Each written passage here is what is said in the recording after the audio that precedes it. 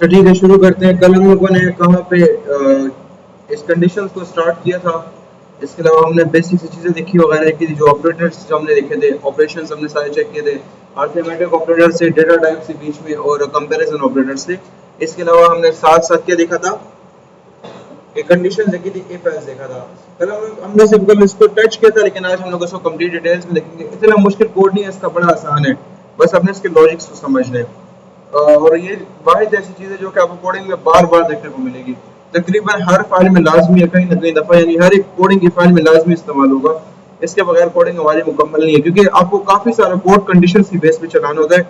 आपने कोड तो पहले लिखा होता है कि यार अगर मैं यहाँ पे इस कंडीशन को हटा दूं, मैं इस तरीके पे चाह रहा हूँ कि अगर यूजर की एज 18 है तो हमारे पास उसको वेलकम कहा जाए, और अगर 18 की एज है तो क्या कहा जाए, उसको simply you are not eligible कहा जाए। अगर मेरे पास कंडीशंस का कॉन्सेप्ट ना होता तो मैं दोनों केसेस में यहाँ पे ये काम करता ना, कंसोल लिखे। अब हमारे पास क्या चलेगा, अब मेरे पास कंसोल में क्या प्रिंट होगा,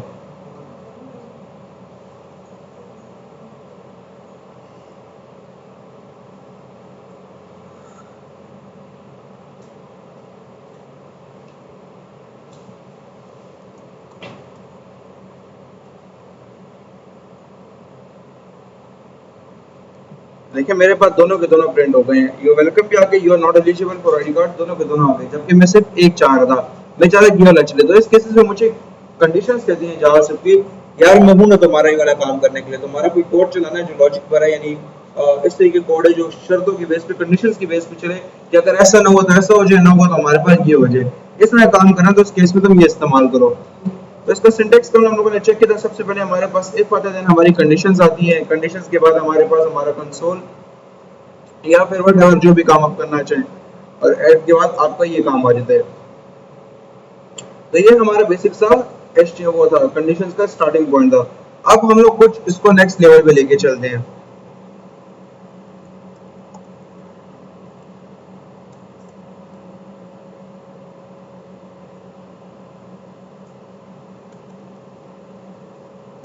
हमारे पास ये कि अब इस यूजर की एज को हटा दें।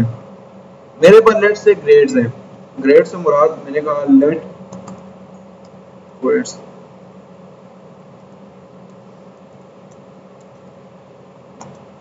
मेरे आए हैं 27 मार्क्स।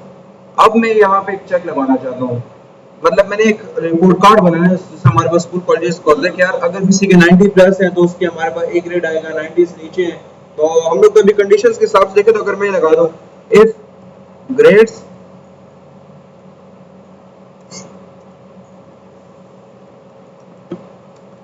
इज ग्रेटर देन, मैं कह रहा हूँ 90 की इक्वल या 90 से बड़े, तो उस केस में मैं क्या इस्तेमाल करूंगा, ग्रेटर देन और इक्वल। तो किसके कर लो console dot log grade A, ये हमारे पास आ गए।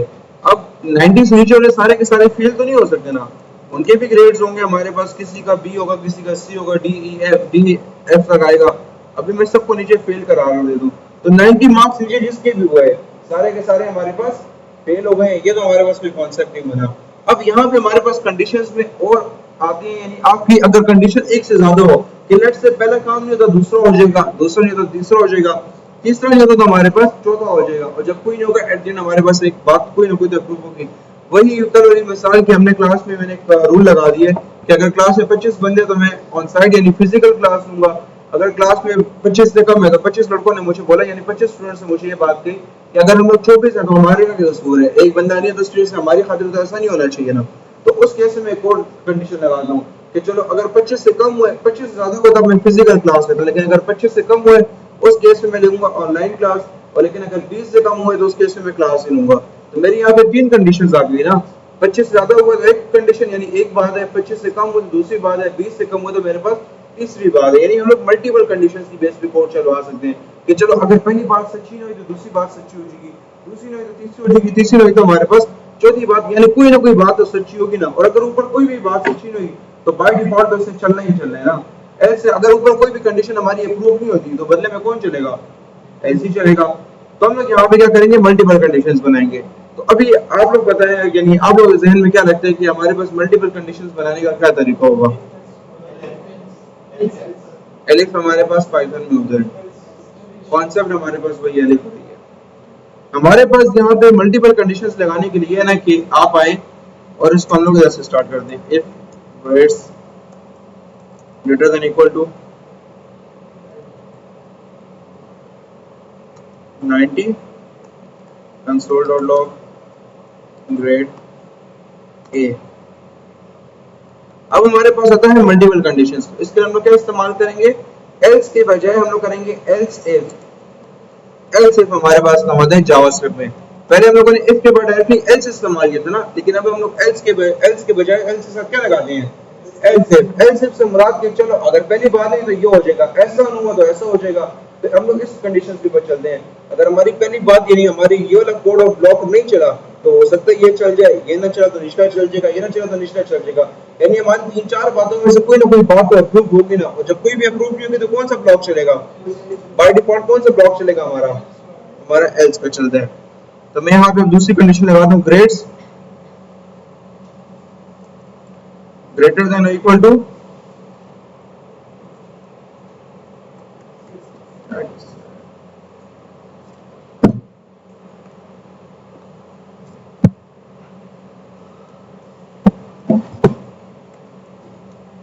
इक्वल टू हम लोग यहाँ पे क्या कर लेंगे 80 console dot log grade B. अब अगला हमारा कौन सा है, अगला में नहीं 70 भी लगाना है, 50 तक तो एटलीस्ट बनाना है ना, 50 से नीचे वाले फेल है।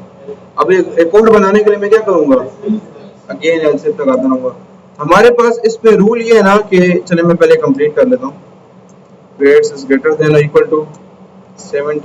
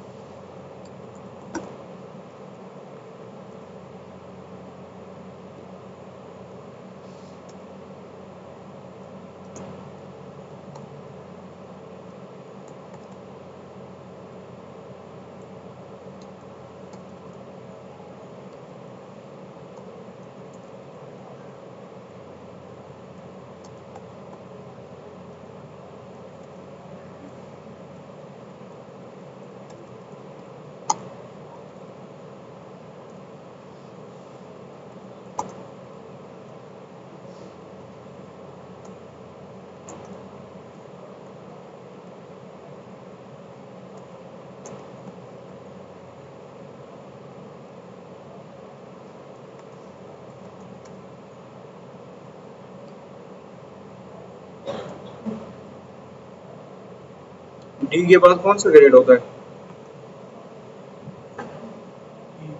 ई का ग्रेड तो नहीं होता, ई का ग्रेड होता है, ई का नहीं होता।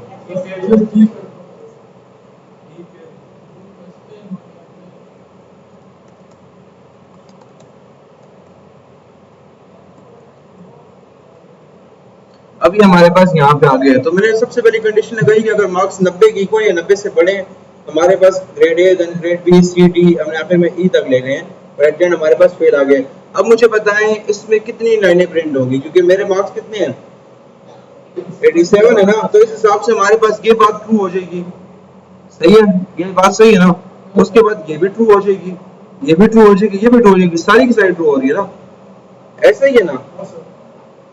कंडीशन सारी ट्रू नहीं हो रही है, मुझे एक बात बताएं, सारी ट्रू क्यों नहीं हो रही, ट्रू क्यों नहीं मैच कर रही। देखो मैंने यहाँ पे क्या लगाया हुआ है, तो सही है ना कंडीशन। देखो इसमें मैंने कंडीशन क्या दी कि अगर मार्क्स 80 से बड़े हैं तो मार्क्स 80 से ज्यादा नहीं है। इसमें मैंने क्या बोला, मार्क्स 70 ज्यादा, तो क्या 70 ज्यादा नहीं है, 60 बोला है तो ज्यादा नहीं है, सब में ज्यादा है। पहली वाली में हमारे पास नहीं है तो बाकी में तो हमारे पास सब बड़ा है ना, तो हमारे पास क्या क्या प्रिंट होगा, हाँ सबसे पहले ग्रेड बी प्रिंट होगा, देन वो नहीं होगा, यही पूछ, हाँ कंडीशन यहाँ पे इसमें जोड़ी हुई है, एल सिर्फ इनको आपस में जोड़ी रखता है, एल सिर्फ ने एक चेन बना दी, तो सारी की सारी चेन आपस में जुड़ी हुई है। तो मैंने वही रखा हुआ है ना कि अगर 90 के तकरीबन 90 से 100 के बीच में तो हमारे पास ग्रेड ए, 90 से 80 का गैप को तो हमारे पास ग्रेड बी आ जाएगा, देन 80 से 70 के बीच ग्रेड सी आ जाएगा, 60 से ये, तो मुझे सिर्फ इतना बताएं क्या 70 जो है 87 जो है 70 से बड़ा है कि नहीं। तो मेरी कंडीशन ट्रू हो रही है, बाकी सारी भी फर्स्ट वन के अलावा 90 होने के अलावा तो सारी ट्रू हो रही है ना, हो रही है ना। तो हमारे पास क्या क्या प्रिंट होगा, वजह बताओ।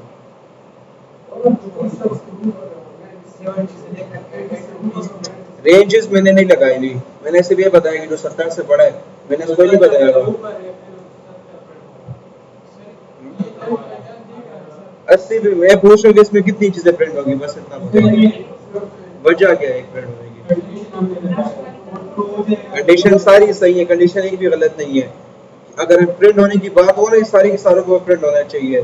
कंडीशन की बात यहाँ पे है नहीं, मुझे वजह बताइए क्यों नहीं प्रिंट होगी। ये आप लोगों ने यूनिवर्सिटी में कौन सा सेमेस्टर, तो 70 से भी तो बड़ा है ना, मतलब उसकी प्रायोरिटी और बड़ी होनी चाहिए।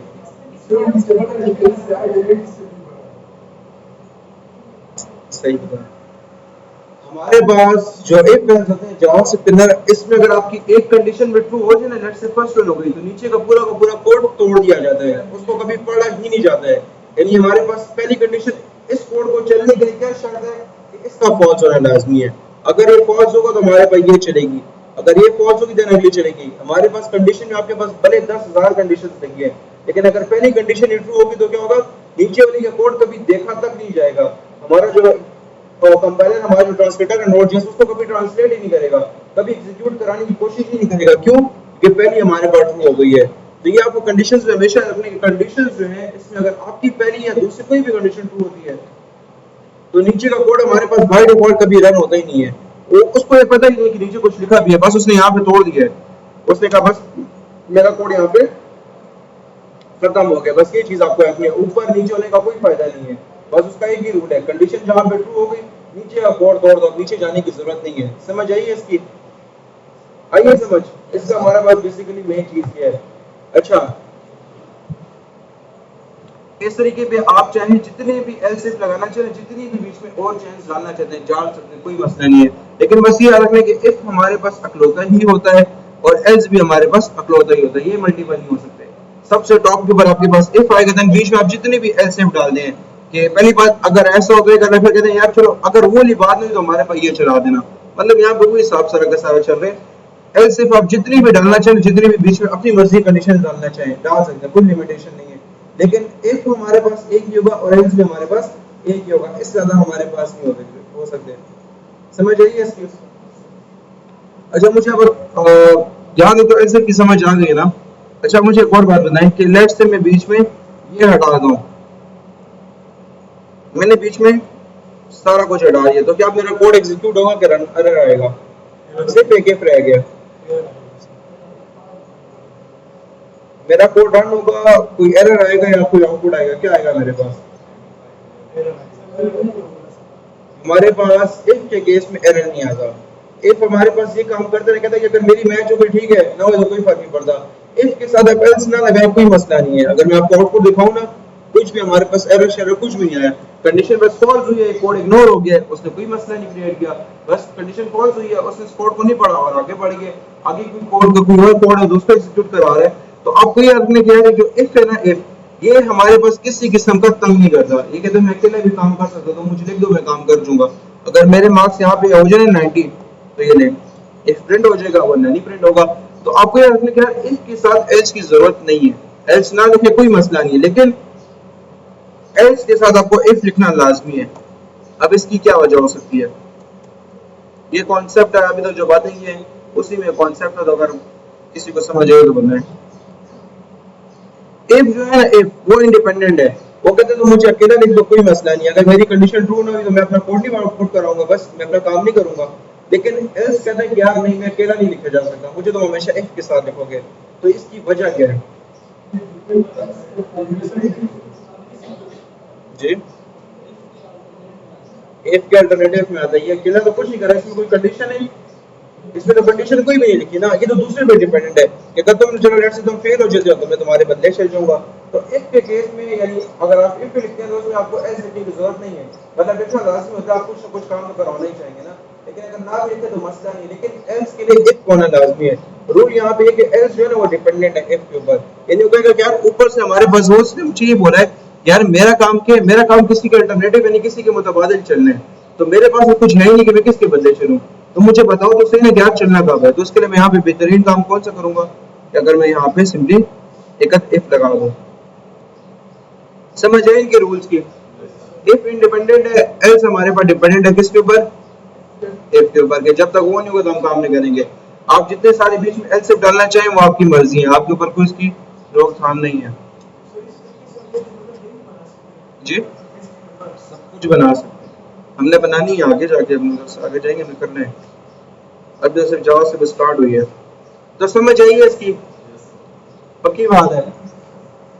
इसको ट्राई करें ना, फिर हम लोग फिर आगे की कुछ वो देखते हैं, अगर समझ गए तो पूछ लेंगे क्योंकि आगे इसमें थोड़ी सी चीजें मुश्किल होंगी और कुछ नहीं है, सिर्फ कॉन्सेप्ट मुश्किल होंगे बीच में।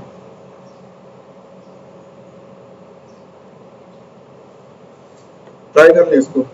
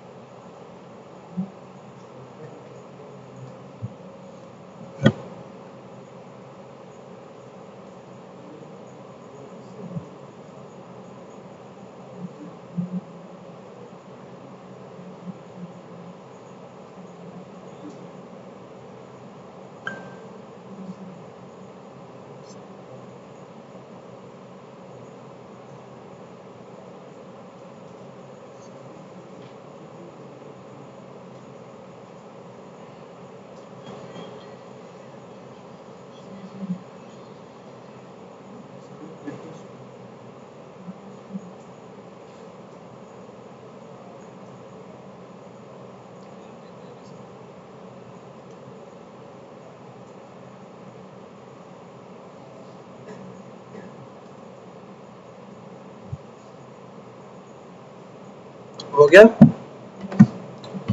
यहाँ तक हो गया, समझ आइए इसकी। ठीक, आगे बढ़ते हैं, अगला कॉन्सेप्ट देखते हैं। अब हमारे पास में अगला कॉन्सेप्ट आता है नेस्टेड इफ-एल्स का। यानी नेस्टेड का मुराद होता है किसी के अंदर और चाइल्ड होना। बेसिकली एक पेरेंट के आगे बच्चे होना, ये हमारे पास नेस्टिंग कहलाती है कि इस इफ के अंदर मैं और कंडीशंस डाल दूंगी। यानी कंडीशंस तो ये और जो है ना, ये सारी की सारी क्या है, इनका लेवल क्या है, क्या ये आपस में एक दूसरे के बच्चे लगते हैं या फिर सारे सिबलिंग्स लेवल के ऊपर है? सारे एक ही, जितने सब एक ही जगह पे पड़े हैं, सब सिबलिंग्स लेवल में ना। आप चाहें तो आप इनमें से किसी भी कंडीशन के अंदर और कंडीशंस ऐड कर सकते हैं। यानी मैं इस इफ के अंदर और कंडीशन डालना चाहूँ, मैं ये भी डाल सकता हूँ। नेस्टिंग हमारे पास चीज कहलाते हैं। अब हमारे पास क्या मुराद है कि यार मैंने एक छोटा सा चेक लगवाना है। अब मेरा चेक किस किस्म का है, मैं कहता हूँ कि यार जिसके मार्क्स 90 से बड़े ना उसको ग्रेड ए दे दो। ये हमारे पास चेक आ गया। लेकिन अगली मैं बात बीच में कहता हूँ कि जिसके मार्क्स हमारे पास 95 से बड़े हैं तो उसको क्या दो। अगर इसके मार्क्स हमारे पास 95 से बड़े हैं तो उसको हमारे पास लेट्स से कोई रिवॉर्ड शिवॉर्ड हो तो हम लोग उसको वो भी प्रोवाइड कर दें। हम लोग बीच में ये काम ऐड करना चाह रहे हैं कि नेस्टिंग लाना चाह रहे हैं बेसिकली कि जिसके मार्क्स हमारे पास 95 से ज्यादा है ना, तो उसको हम लोग क्या करेंगे, उसको हम लोग $50 का रिवॉर्ड देंगे। और जिसके मार्क्स 95 से कम है तो उसको हम लोग क्या करेंगे, $30 का लेट से रिवॉर्ड देंगे। तो ये काम किस है। अगर मैं यहाँ पे डायरेक्टली लिख लूँ console.log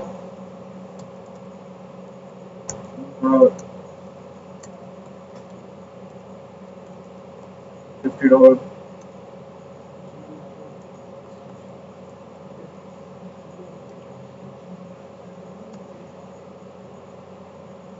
अब मैं ये लाइन लिखना चाह रहा हूँ कि जिसके मार्क्स हमारे पास 95 से ज्यादा है वो क्या करे, उसको $50 का रिवॉर्ड मिलेगा। और जिसके मार्क्स हमारे पास 95 से कम है, 90 से 95 के बीच है, तो उसको क्या मिलेगा, $30 का रिवॉर्ड मिलेगा। यानी मैं कंडीशंस के अंदर और कंडीशन डालना चाहता हूँ तो आप ये भी कर सकते हैं। इस चीज का हमारे पास कोई मसला नहीं है। इस कॉन्सेप्ट को हमारे पास नेस्टिंग कहा जाता है कि यार आप नेस्टिंग करना चाह रहे हैं। ये करने के लिए आप लोगों को सिंपल से काम है कि जिसके नाम आपको नेस्टिंग करनी है, आप किसी भी इफ से निकल सकते हो, जितने लेवल तक जाना चाहे कर सकते हैं। तो मैंने यहाँ पे कोड इफ के अंदर मैंने इफ लगाया, ये आप लगा सकते हैं। तो मैंने इफ लगाया है, ग्रेड्स अगर हमारे पास क्या है, ग्रेटर देन इक्वल टू 95 है, तो उसको क्या करो, इस बंदे को कहो console.log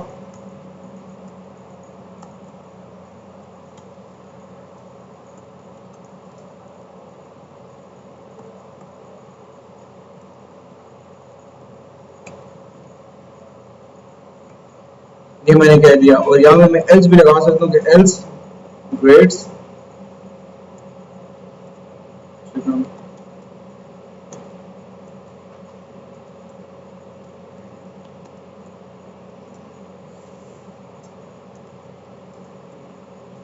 इस चीज को हमारे पर नेस्टिंग कहते हैं। अभी देखिए हमारा कोड किस किस्म को है।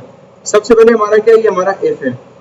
इफ के अंदर मैंने लिखा है, सबसे पहले इफ की कंडीशन देखिए मैंने क्या लिखा है, अगर मार्क्स 90 से ज्यादा है तो क्या करो, ग्रेड ए ये लाइन प्रिंट करा दो। बस मैंने पहले ये बोला था। लेकिन अभी जिस टाइम हमारे पास ये लाइन प्रिंट हो जाएगी तो उसको नीचे और कोड मिलेगा, उसको बोलेगा सबर करो, वो आगे से बोलेगा कि सबर करो, इससे फिर कोई और कोड भी है। जब वो कोड को एग्जीक्यूट कराएगा ना, उसको नई कंडीशन मिलेगी कि चलो मार्क्स 90 से तो बड़े हैं, मार्क्स 90 से बड़े तभी ये लाइन एग्जीक्यूट होगी ना। मार्क्स 90 से बड़े तभी हमारे पास ये इफ का ब्लॉक चलेगा ना, इसके अंदर का कोड चलेगा। ऐसा ही है ना। तो यहाँ हम लोगों ने कोई कंडीशन ये ऐड कर ली कि यार अगर मार्क्स चलो 90 से बड़े हैं तो कंफर्म हो गया, तभी तो यहाँ पे है। लेकिन अगर मार्क्स हमारे पास 95 इक्वल या बड़े हैं तो उस बंदे को हम लोग रिवॉर्ड देना चाहते हैं। अगर इसके मार्क्स हमारे पास 95 से नीचे है, 95 से नीचे कितना नीचे है, 90 से 95 के बीच है, तो उस केस में उसको तुम सिंपली ये रिवॉर्ड दे दो। इस चीज को हमारे पास नेस्टिंग कहते हैं कि यार आप नेस्टिंग करना चाहें तो आप कैसे कर सकते हैं। यानी एक कंडीशन के ऊपर आप एक और कंडीशन ऐड कर लें। हमारी वही बात कि यार अगर 25 स्टूडेंट्स हैं तो 25 स्टूडेंट्स को मैं कहता हूँ कि क्लास फिजिकल होगी और लेकिन क्लास के अंदर मैं क्या खड़े होकर पढ़ाऊंगा, ये मेरी एक और कंडीशन है। अगर 25 से कम हो तो मैं बैठ के पढ़ाऊंगा, ये मेरी एक और कंडीशन बीच में आ गई है। तो ये इस तरीके पे आपके पास प्रोग्रामिंग में भी कंडीशंस मल्टीपल आती हैं। आप एक कंडीशन के चलने के ऊपर एक नई कंडीशन बीच में ऐड करना चाहें तो आप कर सकते हैं। इस चीज की कोई लिमिटेशन नहीं है। जितने लेवल नेस्टिंग करना चाहें, जितने डीप डाउन आप वो भी कर सकते हैं। मैं चाहूँ ना मैं इसके अंदर भी एक और नेस्टिंग करवा सकता हूँ, या मैं फिर चाहूँ इसके अंदर भी कर सकता हूँ। समझ आइए इस चीज की। नेस्टिंग का कॉन्सेप्ट हमारे पास चीज को कहते हैं कि यार आप एक कंडीशन के चलने के बाद और मल्टीपल कोड चलाने लग जाए। मेरा काम इतना था कि बस 90 से बड़े चलो ठीक है, लेकिन अगर 95 से बड़े तो उसको क्या करो, रिवॉर्ड भी दो, लेकिन 95 से छोटे तो उसको सिंपली $30 का रिवॉर्ड दे दो। अब अगर मैं आउटपुट देखूं तो मुझे आउटपुट में क्या देखने को मिलेगा? अच्छा, इसमें भी हमारे पास एलसिफ का कॉन्सेप्ट होता है। आप इसके अंदर भी एलसिफ वगैरह ऐड करना चाहें, आप यहाँ पे भी कर सकते हैं। या सेम सारी सारी चीजें आपके पास यहाँ पे भी एग्जिस्ट करती है अगर आप करना चाहें तो। बेसिकली नेस्टिंग है, डीप डाउन से कहते हैं, ड्रिलिंग कहते हैं कि यार आप चीज का ड्रिल करते जा रहे हो, बीच में और चीजें करते जा रहे हो। अब मुझे बताएं मेरे पास आउटपुट में क्या लिखा हुआ है, क्या क्या लिखा हुआ है मेरे पास? अच्छा सर, ब्लॉक कौन से, यानी किस कंडीशंस में कौन सी कंडीशन वाला ब्लॉक चलेगा? ये इफ वाला ब्लॉक चलेगा। अब इफ चलेगा तो सबसे पहले हमारे पास क्या प्रिंट होगा, देन उसके बाद ये चलेगा कि ये चलेगा, 50 चलेगा कि 30 चलेगा, तो आगे देखते हैं। ये हमारे पास बेसिकली ये आ गई। तो आप इस तरीके पे मल्टीपल कंडीशन जरा डाउन करना चाहें ना, आप कर सकते हैं। और इस कॉन्सेप्ट को नेस्टिंग कहते हैं कि एक कंडीशन के अंदर एक और कंडीशन रखना, आप और उसके अंदर भी एक और रख सकते हैं। बेसिकली जितना लेवल जाना चाहो ना जा सकते हो। ये हम लोग आगे इस्तेमाल भी करते होते हैं, तो इस चीज का हमारे पास कोई मसला नहीं है। समझ आइए इसकी कुछ की नहीं, समझ आइए इसकी कॉन्सेप्ट की समझ आ गई है? पक्की बात है, ट्राई करें इसको।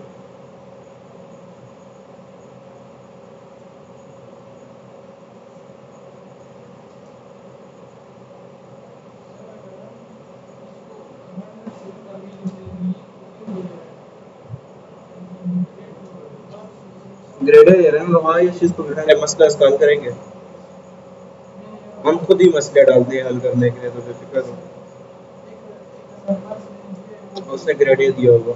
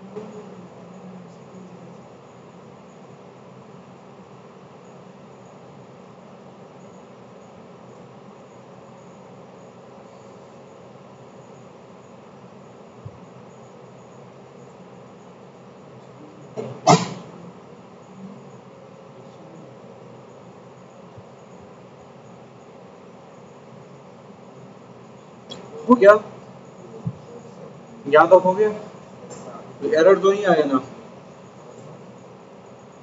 अगर मैं मार्क्स यहाँ पे लेट से 89 करता हूँ तो क्या होगा,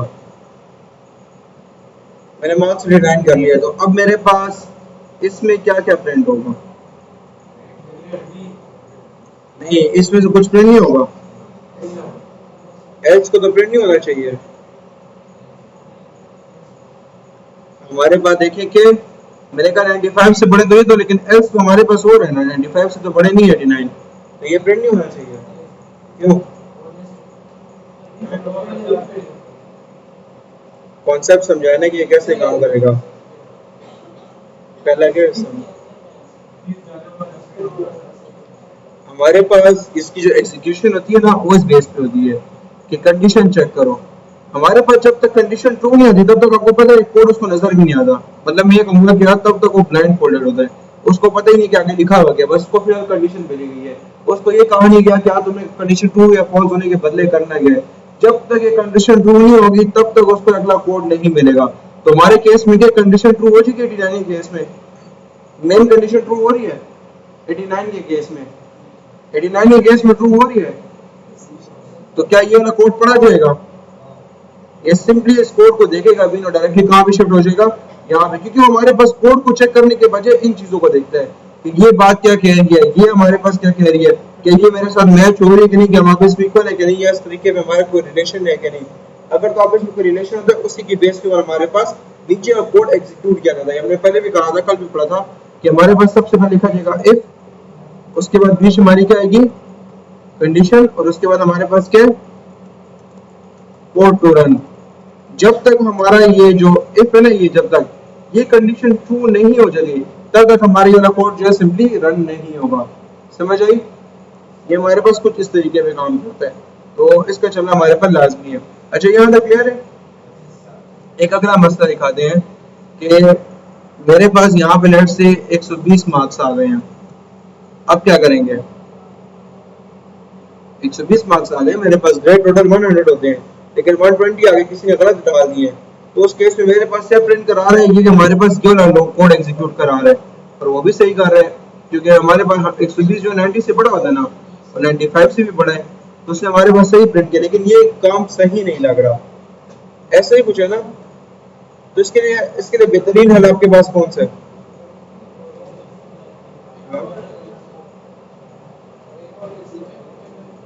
क्या लगता है बेहतरीन हल इसका कौन सा है?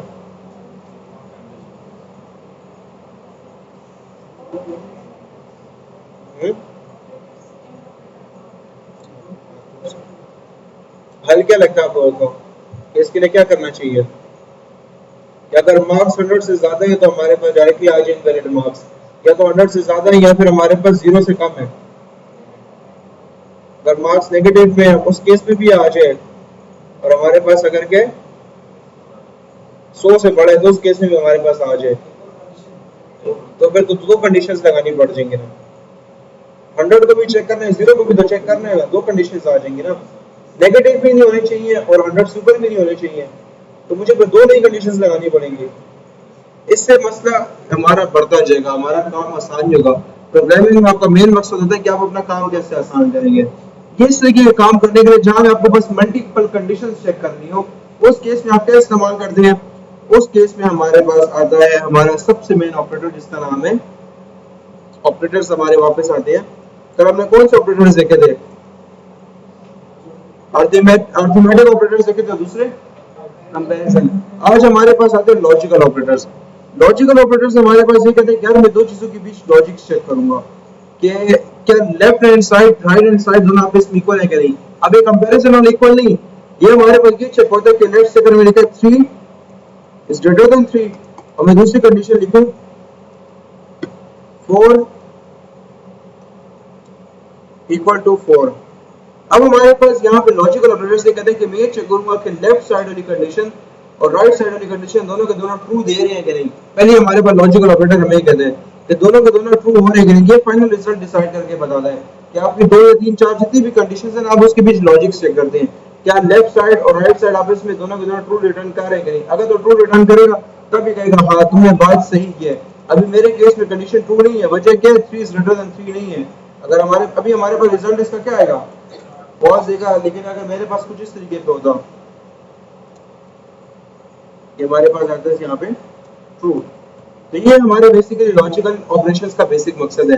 लेफ्ट साइड या राइट साइड आपकी 10-12 जितने भी कंडीशंस है, आप डिसाइड कर सको कि यार एक फाइनल रिजल्ट डिसाइड कर सको कि मेरी ये कही गई बात भी सही है, मेरी यही कही गई बात भी सही है। अगर तुम्हें 2-3 बातें सही है, चलो इसी बेस पे मैं अगला काम कर दूं कि यूजर लॉगिन भी है, यूजर एडमिन भी है, यूजर ने अपना पासवर्ड भी रीसेट नहीं किया, यूजर के अकाउंट में पैसे भी हैं, तो चलो अब यूजर को हम लोग चेकआउट दे देते हैं, हम उसका पैसे जो है विड्रॉ करवा लेते हैं। इससे कि आपके जब मल्टीपल कंडीशंस आ जाए ना, उस केसेस में हम लोग इस्तेमाल करते हैं लॉजिकल ऑपरेटर्स। इसके लिए आपके पास सबसे पहले आता है जावास्क्रिप्ट में एंड ऑपरेटर, जो कहता है कि यार सारी की सारी बातें सच्ची होना लाजमी है, यानी यूजर लॉगिन भी होना चाहिए, यूजर एडमिन भी होना चाहिए, उसके अकाउंट में पैसे भी होने चाहिए। अगर इसमें से कोई बात भी झूठी निकल आई तो क्या फाइनल रिजल्ट हमारे किस पे आ जाएगा, फॉल्स पे आ जाएगा। अगला हमारे पास आता है और ऑपरेटर कहते हैं यार कोई बात नहीं है, तुमने 10 बातें बोली, 10 में से अगर एक बात भी सच्ची हो जाए ना, तो मैं फाइनल रिजल्ट अपना ट्रू दे दूंगा कि हाँ तुम सच बोल रहे हो।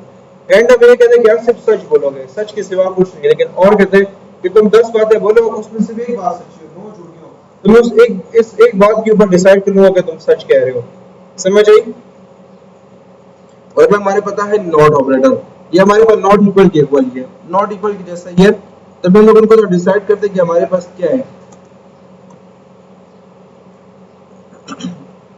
कुछ कॉन्सेप्ट की समझ आई इसकी, इसको हम लोग कोडिंग में पढ़ रहे हैं तो ज्यादा समझ आ जाएगी। ये बेसिकली हमारे पास क्या करेगा, मेरे पास यहाँ लिखा const and operator equal to,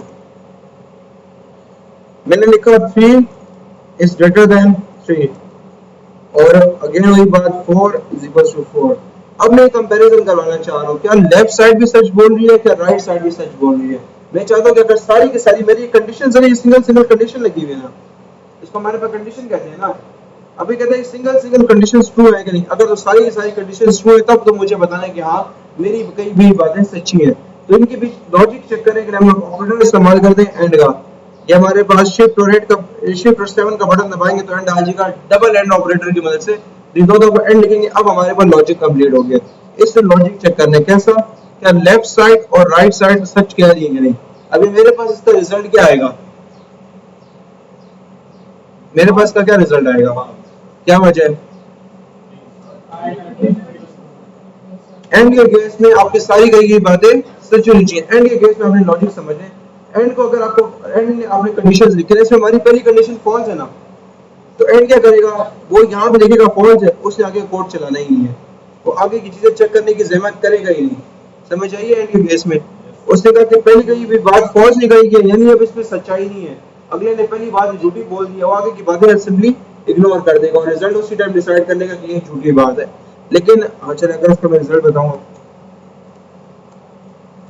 मेरे पास सिंपली फॉल्स आ गया, लेकिन जब मैं यहाँ पे कर लूं डबल इक्वल, अब मेरे पास क्या रिजल्ट आ जाएगा, सिंपली जाकर के ट्रू आ जाएगा। तो ये हमारे पास बेसिकली लॉजिकल ऑपरेटर्स हैं जो दो कंडीशंस को चेक करते हैं और उसके बाद एक फाइनल डिसीजन लेते हैं क्या बात सच्ची है या बात झूठी है। ये हमारे पास सबसे पहले हमारा पहला लॉजिकल ऑपरेटर आता है एंड का। जावा से में 3 है, एंड और नॉट।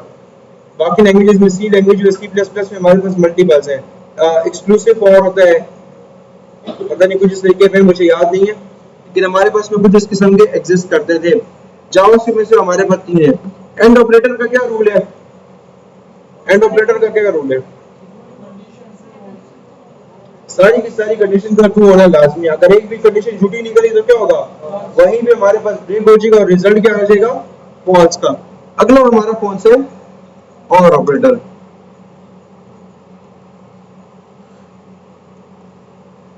और ऑपरेटर हमें कहता है, मैं अगेन वही काम करता हूँ, 3 इज ग्रेटर देन 3 और के लिए हम लोग डबल पाइप साइज इस्तेमाल करते हैं। हमारे पास इंटर से ऊपर जो स्लैश है ना, इसको आप शिफ्ट और डबल इसको क्लिक करेंगे ना तो आपके पास आ जाएगा ये जो स्लैश है, ये वाला। एक तो हमारे पास ये वाला है ना, ये वाला स्लैश इस्तेमाल करना है, शिफ्ट और स्लैश को दबाएंगे तो आपके पास क्या आ जाएगा, डबल पाइप साइंस इसको कहा जाता है। डबल पाइप साइंस की वजह से हम लोग और चेक करते हैं। और ऑपरेटर हमने लगा दिया, अब इसका भी हम लोग आउटपुट चेक करेंगे। और ऑपरेटर क्या कहता है, अगर पहली बात झूठी है कोई बात नहीं, मैं दूसरी कंडीशन चेक कर लूंगा, दूसरी झूठी है तो मैं तीसरी चेक कर लूंगा, यानी मैं पूरी की पूरी कोड चेक करता रहूंगा जब तक मुझे क्या एक बात भी सच्ची नहीं मिल जाती। और हमारे पास एक और का रिजल्ट ट्रू आने के लिए आपको बस याद रखना कि एक कंडीशन का ट्रू होना लाजमी है। अगर 10 कंडीशन में सिर्फ एक कंडीशन भी आपकी सही लिखी हुई है ना, जो भी आपको ट्रू रिटर्न करेगी, उस केस में आपको क्या रिजल्ट मिलेगा और की तरफ से, और वहां पे ट्रू दे देगा। भले 9 कंडीशंस फॉल्स है लेकिन एक ट्रू है तो और उस केस में भी ट्रू देगा। ये और ये खासियत है। अब आगे के दौर में हमारे पास क्या पहले से भी ट्रू आ गए, क्योंकि हमने क्या 3 लिखा हुआ है। अब मैं यहाँ पे कर लेता हूँ, सेम कोड लिखा हुआ है पहले में और सेम कोड सेकंड में लिखा है। तो पहला हमें फॉल्स रिटर्न कर रहा है, दूसरा हमें क्या रिटर्न कर रहा है, ट्रू। वजह क्या है,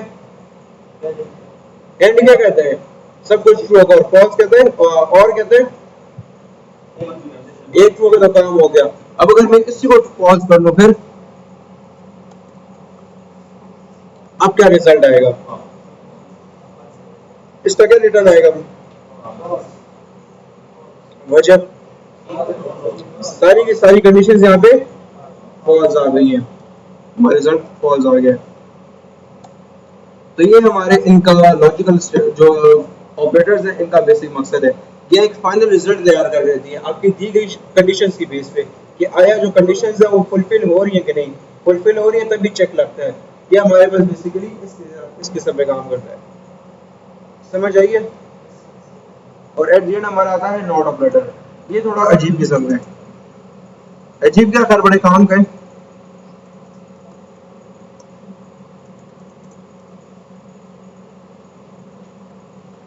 मेरे पास का आउटपुट क्या आएगा, इसका क्या आउटपुट आएगा, ट्रू आएगा ना। लेकिन एक सेकंड,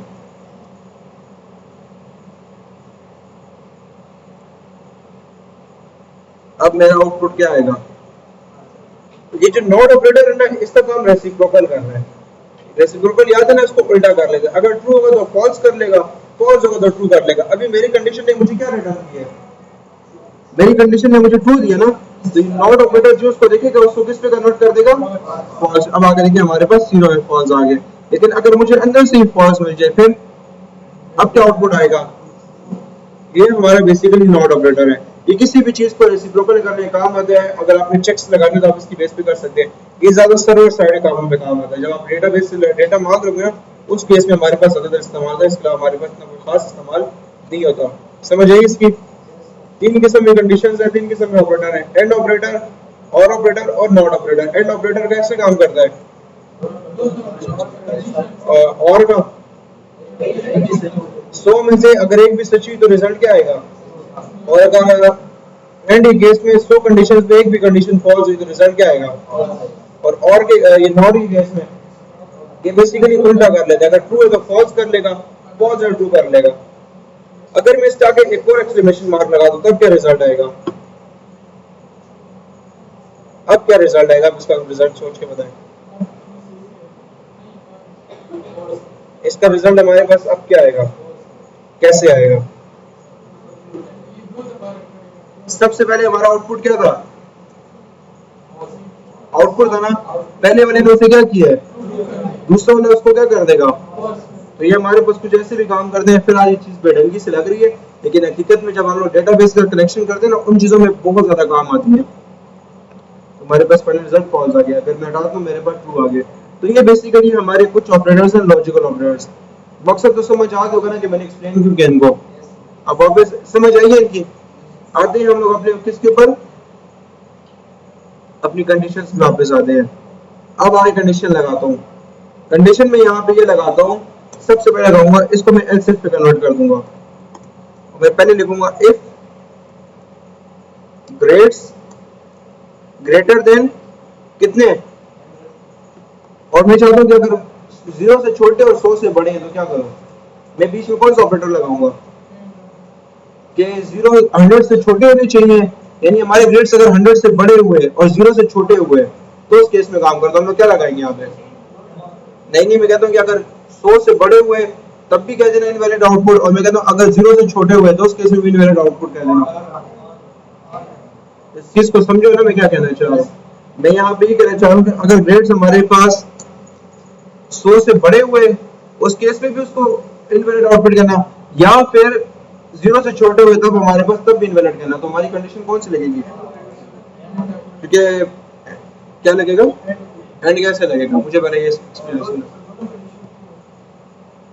अगर ग्रेड 100 से बड़े हुए तो क्या वो 0 से छोटे हो सकते हैं? यहाँ पे देखो कंडीशन क्या लिखी हुई है कि ग्रेड 100 से बड़े हुए, तो अगर मैं बीच में एंड लगा दूं तो ये कभी जब मेरा कोड वाला कोड कभी रन होगा, कभी कोड रन हो सकता है कभी भी जिंदगी में। कोड की कंडीशन को देखो, कंडीशंस को देखो, मुझे बताओ क्या कभी कोड रन हो सकता है? मैं यहाँ पे दो अपोजिट बातें कह रहा हूँ। एक तरफ मैं कह रहा हूँ कि मार्क्स जो है 100 से बड़े होने चाहिए और दूसरी तरफ मैं कह रहा हूँ 0 से छोटे होने चाहिए। मैं दो बातें बोल रहा हूँ ना, बीच में दो उल्टी बातें बोल रहा हूँ। तो ट्रू ये एंड ऑपरेटर क्या कहता है, क्या ये साइड भी सच्ची होनी चाहिए, ये साइड भी सच्ची होनी चाहिए। तो क्या एट ए टाइम दोनों बातें सच्ची हो सकती है? या तो 100 से बड़ा होगा या 0 से छोटा होगा, दोनों एट ए टाइम तो नहीं हो सकता ना, 100 से बड़ा भी हो और 0 से छोटा भी हो, ऐसा तो पॉसिबल नहीं है ना हमारे पास। तो हम लोग यहाँ पे किसको इस्तेमाल करेंगे? और ऑपरेटर हमारे पास काम करेगा। console.log invalid input।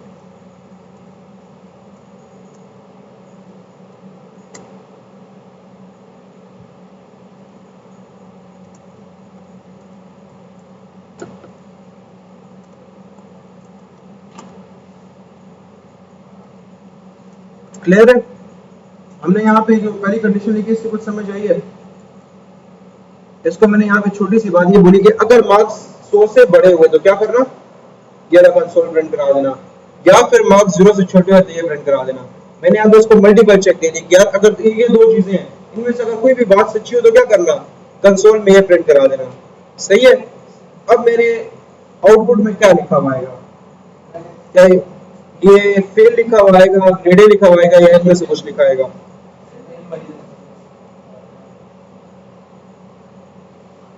और अब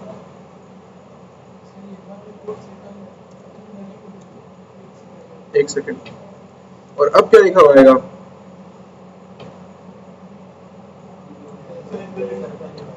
तो समझ आ गई है कि दोनों केसेस में काम करेगा। हमने एक ही लाइन को दो जगह पे चला रहे हैं, दोनों केसेस में चला रहे हैं। अगर 100 से बड़े हुए तब भी एक रोल अदा करेगा और 0 से छोटे हुए तो तब भी ये रोल अदा करेगा। इस कॉन्सेप्ट की समझ आ गई है?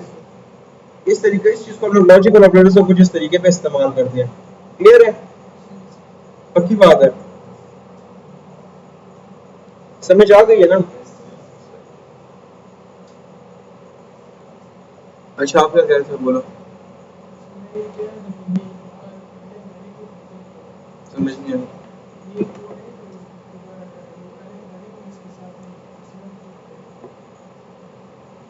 थोड़ा सा ऊंचा होगा। हर ऑपरेटर के लिए ऑपरेटर को अलग अलग अलग अलग क्यों नहीं लिखा? तो कोड ज्यादा हो जाता ना, ये काम मैं इस तरीके पे करता था। क्या कहना चाह रहे हो, बोला। ये इसको ऐसे ऐसे कह रहे हो? हाँ तो नहीं, कोड ज्यादा हो जाएगा ना फिर इसका, देखो ये फिर ऐसा हो जाएगा ना, तो मुझे ये करना पड़ेगा। आप भी कहना चाह रहे हो ना?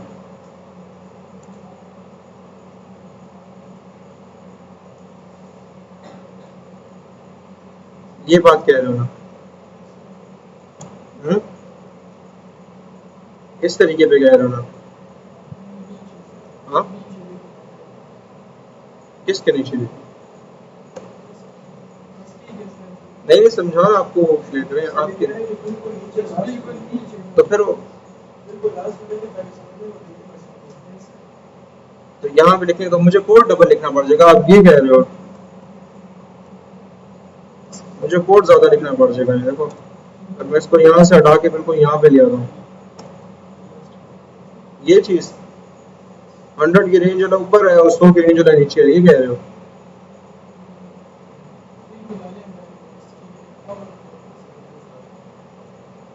काम करो, हम अपने लैपटॉप में करके बताओ, मैं देखता हूँ। समझ आई है इस लॉजिकल ऑपरेटर की कि नहीं?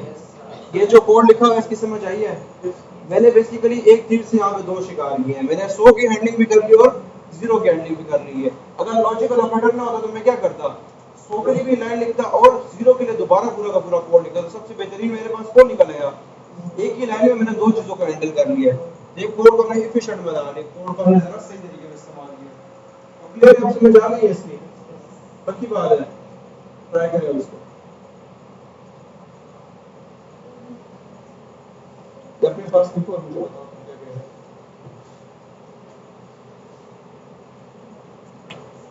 जी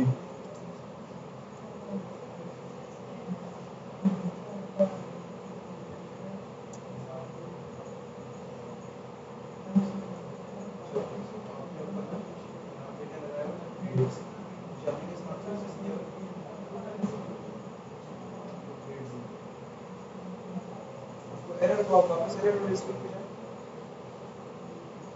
तो बड़े उसने एरर में क्या लिखा है, ग्रेड इज नॉट डिफाइंड। आपको क्या है ग्रेड का इस्तेमाल करें जो बना ही नहीं है।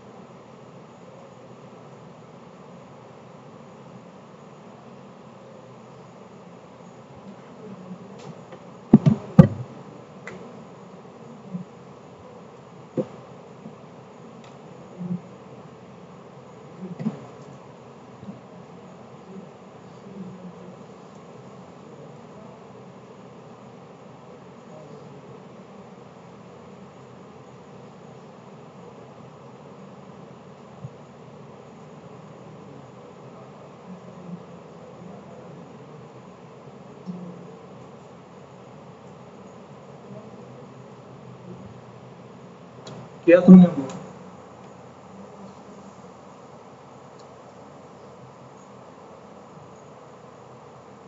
हो गया यहाँ तक? अच्छा, बस आगे एक चीज ऐड करते हैं इसकी। तकरीबन कंडीशंस हमारे पास इस तरह ही है। कंडीशन में टोटल 3 चीजें, इफ, एल्स, इफ और एल्स। इसके अलावा हमारे पास कंडीशंस में और कुछ नहीं है। बस आप इसको अपने तरीके पे इस्तेमाल कर सकते हैं। अभी तो हमने छोटा सा काम किया, आगे जाके लोग पूरी की पूरी वेबसाइट इसकी डिपेंड छोड़ लेते हैं। खैर, काफी कम चीज आगे आपको इस तरह से समझ आने लग जाएगी। जितना भी कंडीशन यानी शर्तों की बेस पे कोड लिखा जाता है ना, उसी बेस पे है। क्योंकि डेवलपर ने एट अ टाइम पूरी की पूरी कोड जो है लिख लेता है। अब किसी यूजर के लिए कोड डिफरेंटली रिएक्ट करता है, किसी के लिए डिफरेंटली रिएक्ट करता है। तो बेसिकली रिएक्ट कर कैसे रहे, उसमें लॉजिक्स आ कैसे रहेगा, वो इस चीज पे डिपेंड होता है। डेवलपर ने वहां पे कंडीशन डाली थी कि यार अगर यूजर लॉग इन है तो उसको ये करा दो, अगर यूजर के अकाउंट में पैसा तो ये करा दो, अगर यूजर की जो वेबसाइट का कलर है डार्क है तो बटन से कलर ये कर लो। बेसिकली इस तरीके काम हमारे पास सारे के सारे ये चीजें हम लोग कंडीशन स्टेटमेंट में रखते हैं। एक आखिरी चीज ऐड करते हैं। हमारे पास एक चीज होती है जावास्क्रिप्ट में जिसका नाम है PROMPT, प्रॉम्प्ट। ये यू ये हमारे पास जावास्क्रिप्ट का एक बाय डिफॉल्ट फंक्शन है। फंक्शन से मुराद जावास्क्रिप्ट में बना बनाया फीचर दिया है जिसकी मदद से आप यूजर से इनपुट ले सकते हैं। वैसे तो हम इसका इस्तेमाल नहीं करते थे, लेकिन अभी हम लोग सीख रहे हैं। हमारे पास HTML को लिंक करके HTML के साथ काम करने का कोई तरीकाकार नहीं है। इस वजह से हम लोग क्या करेंगे, अभी सीखने के पर्पज पे इसको इस्तेमाल करेंगे। तो हमने प्रॉम्प्ट लिखा है हाउ आर यू। अब इसमें बेसिकली ये बताते हैं अपना कि हम लोग क्या कर रहे हैं। यूजर से मैसेज मांग रहे हैं, यूजर से इनपुट ले रहे हैं और आप उसको अपना क्वेश्चन बता दें कि मेरा क्वेश्चन क्या है। ये करने के बाद सिंपली एंटर करें तो आपके ब्राउजर में कुछ ऐसा ओपन हो जाएगा। अब मेरे पास यहाँ पे देखा जाए तो हे हाउ आर यू लिखा हुआ यहाँ पे आ रहा है। मैं कुछ लिख लूँ, गुड, व्हाट अबाउट यू। तो बस देखिए क्या किया उसने, बता दिया कि मैंने इनपुट में मैंने जवाब में क्या दिया। तो ये प्रॉम्प्ट बेसिकली यूजर से कुछ सवाल लेना, कुछ इन्फॉर्मेशन लेना, तो आप यूजर से सिंपली ले सकते हैं। अब इसका जिक्र क्यों किया है, क्योंकि हम लोग चाह रहे हैं कि हम इसको ग्रेड्स को किस पे कन्वर्ट कर लें। अपने ग्रेड्स को हम लोग कन्वर्ट करें प्रॉम्प्ट के ऊपर। मैं करता हूँ prompt please enter your marks।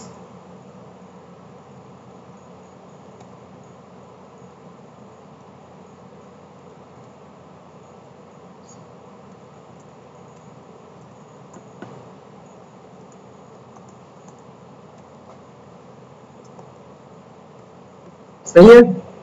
अब इसके ऊपर क्या हुआ, अब हमारा कोड क्या हो गया, पहले हमारे पास जो हमारी बेस पे चला था ना, अब ये यूजर फ्रेंडली हो गई, यूजर से अकॉर्डिंग चलने लगी है। रिफ्रेश करते हैं, किसी ने कहा प्लीज एंटर योर मार्क्स, मैंने रिटर्न किया 60। मुझे क्या ग्रेड मिल गया, ग्रेड डी। तो क्या 60 के पीछे वाकई ग्रेड डी लिखा हुआ है, या 60 के पीछे ग्रेड डी लिखा हुआ है। मैंने यहाँ लिख लिया 1000, तो उसने क्या बोला, invalid input, please use number between 0 to 100। तो हमारा वही कोड सेम कोड के अब रीयूजेबल हो गया, हमने इसको रीयूजेबिलिटी इसकी बढ़ा दी है। समझ आई इसकी। तो प्रॉम्प्ट की मदद से जावास्क्रिप्ट के अंदर कुछ ना कुछ इन्फॉर्मेशन लेना चाहे तो ले सकते हैं। क्लियर है, पक्की बात है कि समझ गए। कंडीशंस वगैरह जो पढ़ी है समझ आ गई है फुल। अब ऐसा करें कि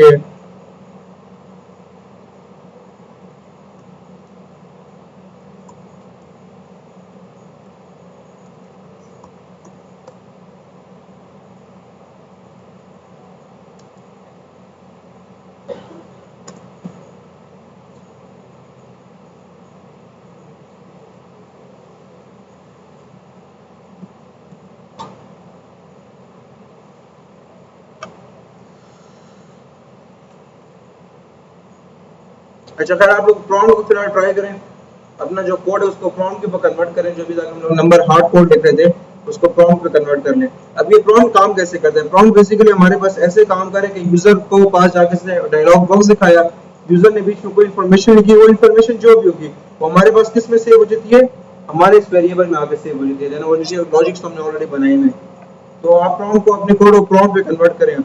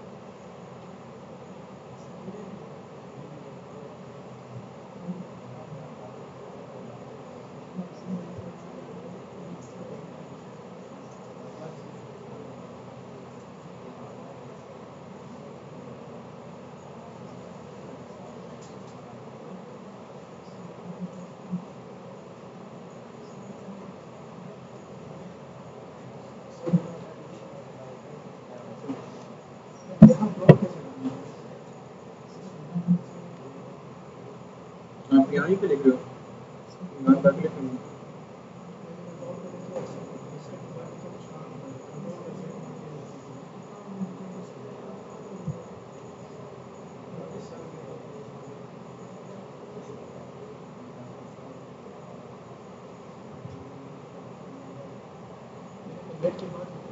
नहीं आपने गलत जगह पे खोला, मैंने तो ब्राउजर में क्रोम को सिर्फ ब्राउजर में खोला, ब्राउजर में काम करता है, क्रोम से ब्राउजर में खोला।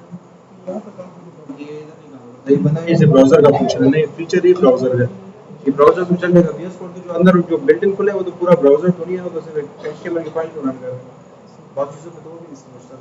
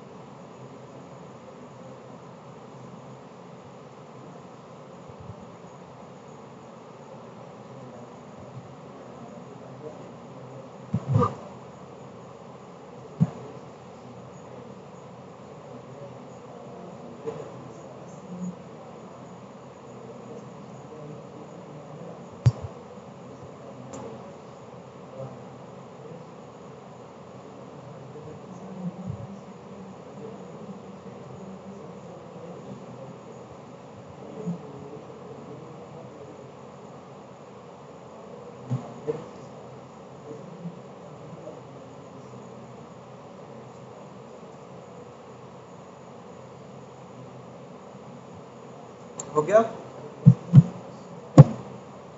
याद रखोगे, समझ आ रही है याद आ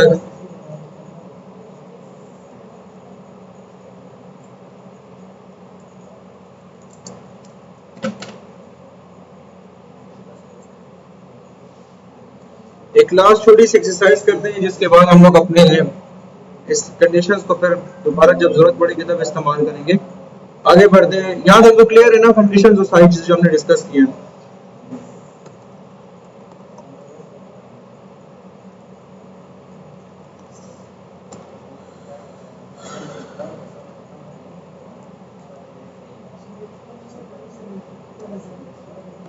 काम हम लोगों ने यहाँ पे देखें, काम हम लोगों ने बेसिकली ये करना है कि हमने यूजर से 5 इनपुट्स लेने हैं, यानी 5 सब्जेक्ट से मार्क्स लेने हैं, जिसमें हमारे पास क्या होगा, इंग्लिश, मैथ्स, उर्दू, इस्लामियात, साइंस, हमने 5 सब्जेक्ट से मार्क्स लेने हैं। हर एक सब्जेक्ट से मार्क्स की रेंज जो है हमारे हर एक सब्जेक्ट के मार्क्स कितने के बीच होने चाहिए, 0 से लेके 100 के बीच होने चाहिए, सबके ऊपर ये चीज लाजमी है। अगला हमारा क्या है, अगला हमारे बीच में ये है कि सारे के सबसे बड़ी बात के 5 इनपुट्स लेने हैं, फिर उसके ऊपर चेक लगाने हैं कि जितने भी इनपुट्स यानी जितने भी प्रॉब्लम ली है क्या वो 0 से छोटे या 100 से बड़े तो नहीं है। फिर उसके बाद हम लोगों ने उन जो यूजर के मार्क्स हमने 5 इनपुट लिए उन मार्क्स को आपस में सम अप करके एक परसेंटेज निकालनी है, और इस परसेंटेज की बेस पे हम लोगों ने ग्रेड बुक बनानी है। समझ आइए क्या करना है, 5 इनपुट्स लेने यूजर से, 5 इनपुट्स लेते हैं यूजर से, 5 इनपुट्स लेने के बाद हम लोगों ने उन सारे के सारे इनपुट की रेंज चेक करनी है कि जो इनपुट्स है हमारे पास क्या जो यूजर ने नंबर दिए हैं वो 0 से छोटा तो नहीं है या फिर 100 से बड़ा तो नहीं है, हमें ये चेक करना है। यानी सारे मार्क्स यूजर से सबको चेक लगाना है, और चेक लगाने के बाद जो यूजर के मार्क्स बने, लेट्स से उसने 5 सब्जेक्ट में मुझे मार्क्स दिए 100, 80, 76, 89 और 93, ये से मुझे तकरीबन 5 मार्क्स दिए। इन सारे मार्क्स को मैंने आपस में सम अप करना है, जो कितने बन जाएंगे 180 जमा 76।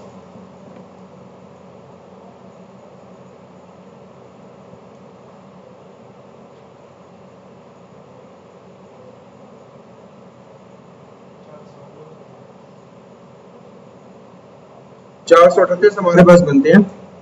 तो 438 हमारे पास टोटल मार्क्स बन गए। अब क्या करना है, अब हम लोगों ने परसेंटेज निकालनी है। टोटल सब्जेक्ट कितने थे, परसेंटेज निकालने का तरीका तो पता है ना। हकीकत में रियल लाइफ में परसेंटेज कैसे निकालती है,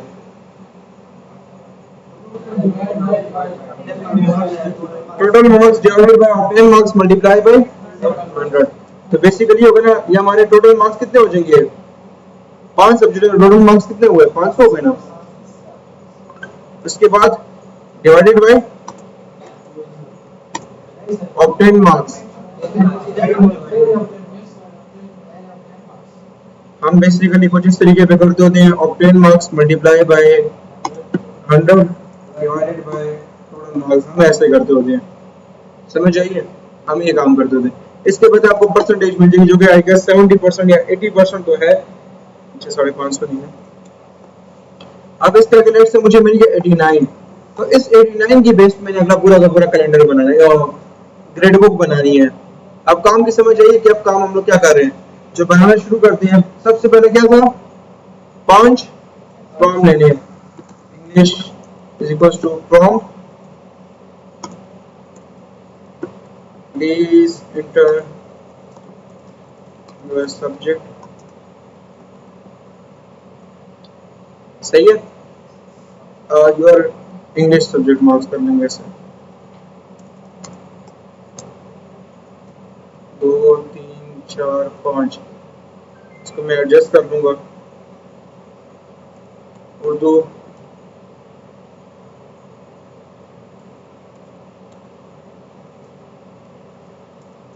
इस्लामियात,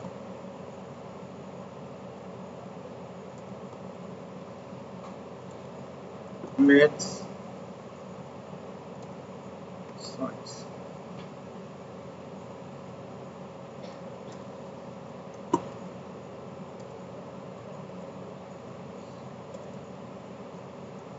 सही है, 5 प्रॉम्प्ट हमने ले लिया ना। अब इन सारे प्रॉम्प्ट्स को हमने आपस में क्या करना है, ग्रुप करना है। क्या यूजर के ऑब्टेन मार्क्स कितने हैं। सबसे पहले हम इसके ऊपर चेक लगाएंगे। चेक ये लगाना है कि अगर इनमें से कोई भी मार्क 0 से बड़ा हुआ या फिर 0 से छोटा हुआ या फिर 100 से बड़ा हुआ, तो क्या कहना है, invalid marks, please try again. तो लिखना है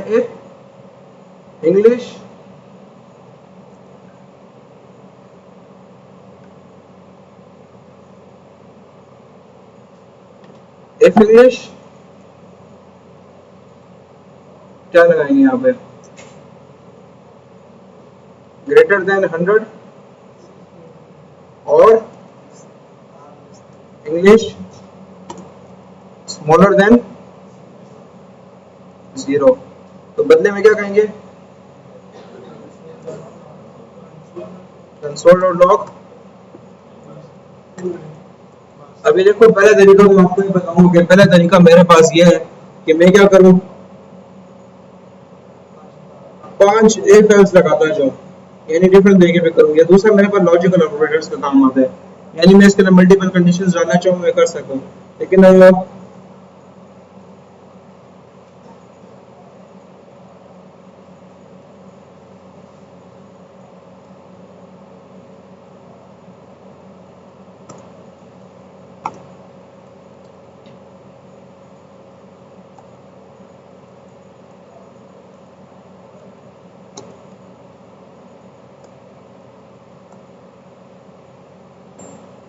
मल्टीपल ही कर लेंगे, छोड़ो।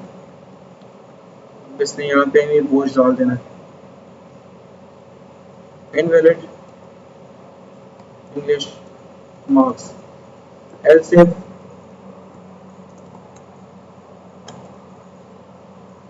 अब हमारे इंग्लिश की बात किसकी है, उर्दू है।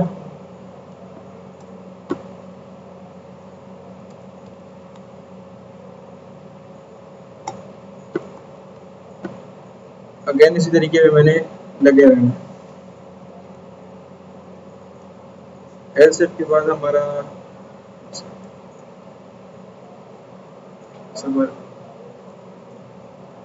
इंग्लिश आ गया, उर्दू आ गया, उसके बाद हमारा मैथ्स आ जाएगा, इस्लामियात आ जाएगा और अगेन हमारा साइंस आ जाएगा। तो ये हम लोगों ने यहाँ पे इंग्लिश उर्दू कर लिया।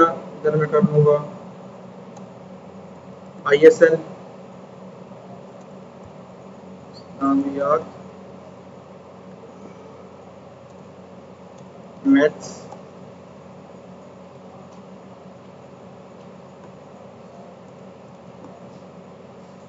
और एट हमारा क्या आ जाएगा, साइंस।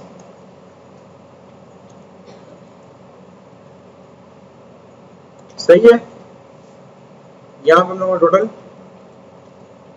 कंसोल डॉट लॉग एक आखिरी लगा देंगे, समथिंग वेंट रॉन्ग।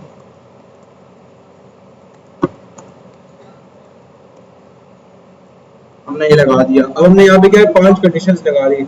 अगर इंग्लिश के मार्क्स हमारे पास 100 से बड़े या 0 से छोटे हैं तो invalid English marks, Urdu, Islamiat, maths, science का मैंने लगा दिया। इसकी समझ आई है? इस ये कंडीशन क्या कर रही हैं, ये वाली कंडीशन हमारे पास क्या कर रही हैं,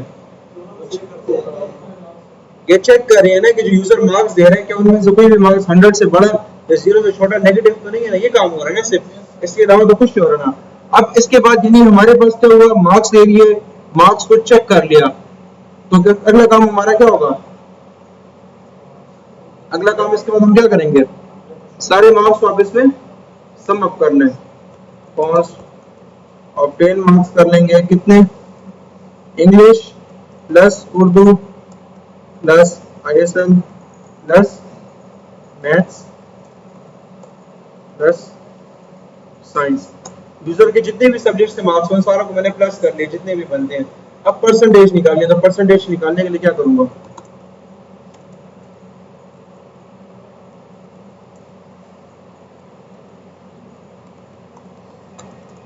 अब मुझे बताएं परसेंटेज निकालने के लिए क्या करूंगा। और 10 marks divided by multiply by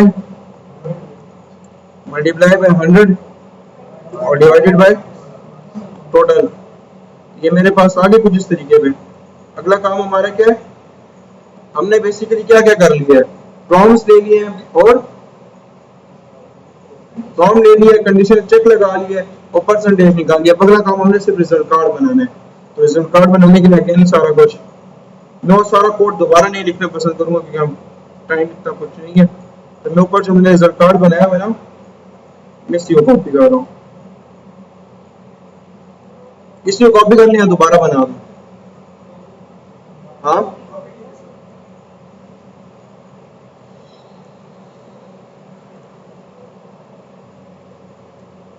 अब यहाँ पे बस ग्रेड्स की जगह मैं क्या कर दूंगा, जहां जहां मैंने ग्रेड्स लगाए हैं सिंपली परसेंटेज पे कन्वर्ट कर दूंगा।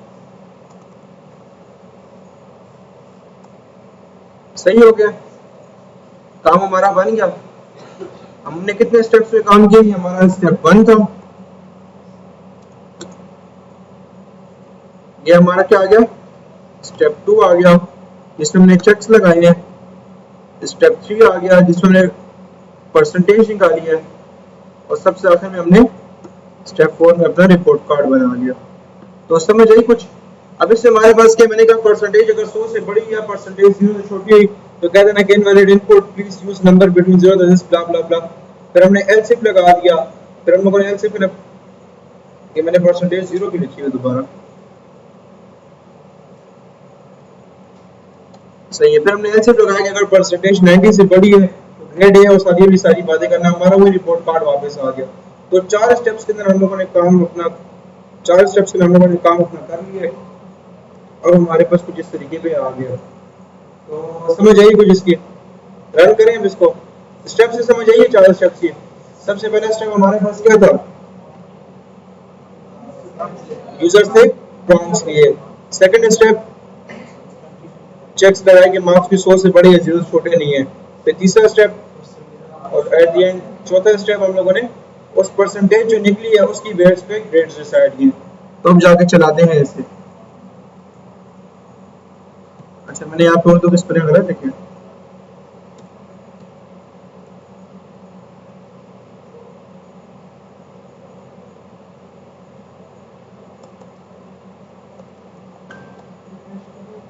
जी हाँ खैर कुछ नहीं।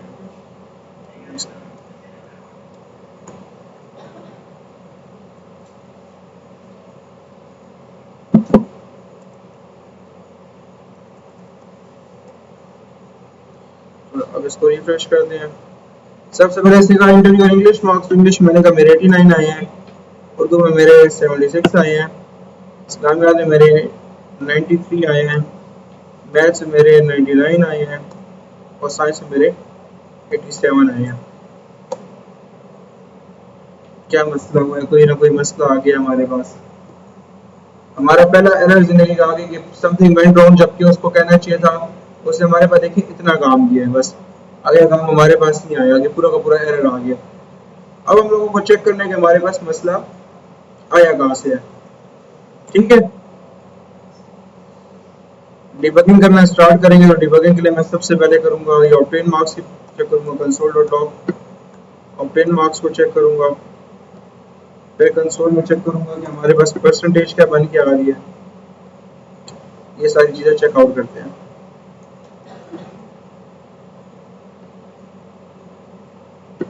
एटी नाइन, 98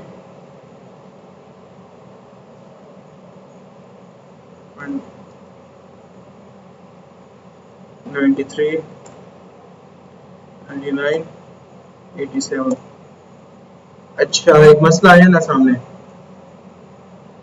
यहाँ पे देखें मसला क्या आया है। इसने हमको सम नहीं किया कि हमारे पास यहाँ पे एक नया कॉन्सेप्ट आया है, इससे सम करने के लिए मैं भी यहाँ पे मसला बताता हूँ। जो प्रॉम्प्ट है ना, प्रॉम्प्ट ये क्या लेता है, यानी प्रॉम्प्ट जो हमारे पास है ये यूजर से हमेशा इनपुट किस फॉर्मेट में लेगा, हमेशा स्ट्रिंग के फॉर्मेट में लेगा, कुछ भी कर लेना। अगर मैं यहाँ पे टाइप ऑफ चेक करूँ ना, कंसोल.लॉग टाइप ऑफ याद है ना, मैंने टाइप ऑफ इंग्लिश लिख दिया कि मुझे सिर्फ इंग्लिश की टाइप बता दो।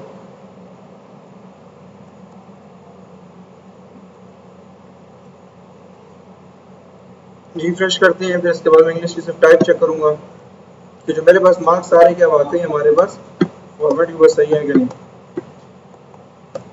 तो टाइप ऑफ इंग्लिश मुझे उसने क्या रिटर्न किया है। अब मसला हमारे पास ये कि वो सारों को सारा स्ट्रिंग ले रहा है, और जब स्ट्रिंग और स्ट्रिंग आपस में मिलती है तो क्या होता है कि एडिशन होती है या सब भी आपस में साथ लिखी जाती है। हमने कल 2+2 देखा था ना स्ट्रिंग के अंदर एक दिन पहले, तो उसमें हमारे पास सबक तो नहीं हुआ था ना, वो साथ लिखा गया था ना। इस केस में भी देखिए उसने साथ लिख लिया। अब मसला ये है कि मुझे स्ट्रिंग को किस में कन्वर्ट करना है, स्ट्रिंग को किस में कन्वर्ट करना है, कैलकुलेशन करें नंबर पे लाना है ना। अब नंबर पे लाने के मेरे पास तरीके बहुत हैं। पहला तरीका मेरे पास ये है कि मैं फ्रॉम के आगे आके लगा दूं पार्स इंड, ये लगा दूं। अब पार्स इंड हमारे पास क्या करेंगे, जितनी भी प्रॉम्प्ट है उसको किस में रैप कर लूं, पार्स इंड में, बस इस तरीके पे करना है। पार्स इंड हमारे पास इस नंबर को लेगा, यानी जो स्ट्रिंग है उसको क्या करेगा, नंबर में कन्वर्ट करने की कोशिश करेगा। तो इससे हमारे पास क्या फायदा होगा, जो यूजर ने स्ट्रिंग दी वो किस में आ जाएगी, नंबर में। पार्स इंड की मदद से आप किसी भी स्ट्रिंग को, यानी जिसके लिए हमारे पास कुछ ये वाला फॉर्मेट हो, उसमें हमारे पास कुछ ये लिखा हुआ है, आप उसको क्या कर सकते हैं, नंबर में कन्वर्ट कर सकते हैं। अगर मैं यहाँ पे आके कंसोल खोलता हूँ नया,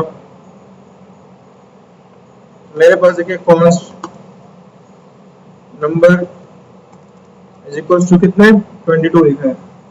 अब मैं करता हूँ टाइप ऑफ नंबर, मेरे पास यहाँ पे क्या नल आ रहा है, क्या टाइप आ रही है। अब परसेंट हमारे पास क्या करता है, मैं लिखता हूँ परसेंट और मैं बीच में लिखता हूँ नंबर। अब हमारे पास देखें क्या आ गया। अगर मैं अब टाइप ऑफ करूँ ना, टाइप ऑफ नंबर, तो अब देखिए अच्छा हमारे पास क्या सेव नहीं हुआ, परसेंट की वजह से हमें सेव करना पड़ता है। बाय डिफॉल्ट हमारे पास कुछ इस तरीके पे, जो बाय डिफॉल्ट हमारे पास जो नंबर है वो ऐसा लिखा आएगा। अगर मैं खाली नंबर प्रिंट करता हूँ, देखिए स्ट्रिंग के फॉर्मेट में वो कैसा नजर आता है, स्ट्रिंग के अंदर और नंबर के ऊपर हमारे पास कुछ ऐसा नजर आता है। तो आप परसेंट की मदद से अपने किसी भी जो हमारे पास स्ट्रिंग है उसको नंबर में कन्वर्ट कर सकते हैं। पहला तरीका आपके पास ये है। दूसरा तरीका आपके पास ये कि आप परसेंट इस्तेमाल करने के बजाय क्या इस्तेमाल करें, ये नंबर।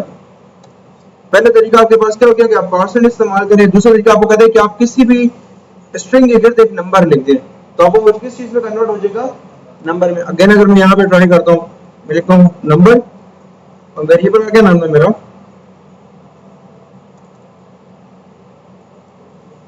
अब देखिए मेरा क्या हुआ है, नंबर में कन्वर्ट हो गया कि नहीं। तो आप चाहें तो आप इस तरीके में भी काम कर सकते हैं, परसेंट की मदद से भी कर सकते हैं, या फिर चाहे तो इसकी मदद से, नंबर की मदद से भी कर सकते हैं। दो तरीके आगे हैं, और तीसरा तरीका सबसे लास्ट है। इसके लिए जो जो कि मैं खुद पर्सनली प्रेफर करता हूँ वो क्या है, आप अपने प्रॉम्प्ट के आगे प्लस लगा लें, बस काम खत्म हो गया। ये प्लस हमारे पास क्या करते हैं, इसको भी नंबर में कन्वर्ट करते हैं। प्लस हमारे पास अगर आप किसी भी चीज का आगे प्लस लगा देना, वो भी नंबर में कन्वर्ट करेगा। अगर आप परसेंट लिख लें तो वो भी नंबर में कन्वर्ट करेगा। और अगर आप क्या कर लें, उसके आगे सिर्फ नंबर ही लिख दें, तो तीनों केसेस में क्या होगा, नंबर में कन्वर्ट हो जाएगा। तो आप तीनों में से कोई भी अप्रोच इस्तेमाल करना चाहें तो कर सकते हैं। मैं यहाँ पे फर्स्ट ली लगा रहा हूँ, या मैं यहाँ पे प्लस प्लस ली लगा रहा हूँ। आप लोगों के लिए मैं पूरा कोड रखूंगा ताकि मसला ना हो। अब अगर मैं अपना कोड जाके चलाऊं, आते हैं यहाँ पे, अब स्टार्ट करते हैं। मैंने लिखा इंटर योर इंग्लिश मार्क्स, मैंने 89 लिखे, 78, 65, 78, 89।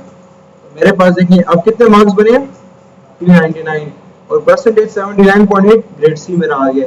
तो बेसिकली अच्छा यहाँ पे क्या आ रहा है, समथिंग वेंट रॉन्ग अगेन, इससे क्यों बोला,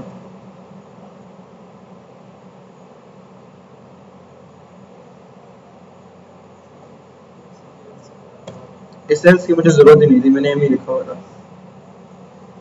समझ आ गई है इसकी, ये जो हमने कोड किया समझ आई है।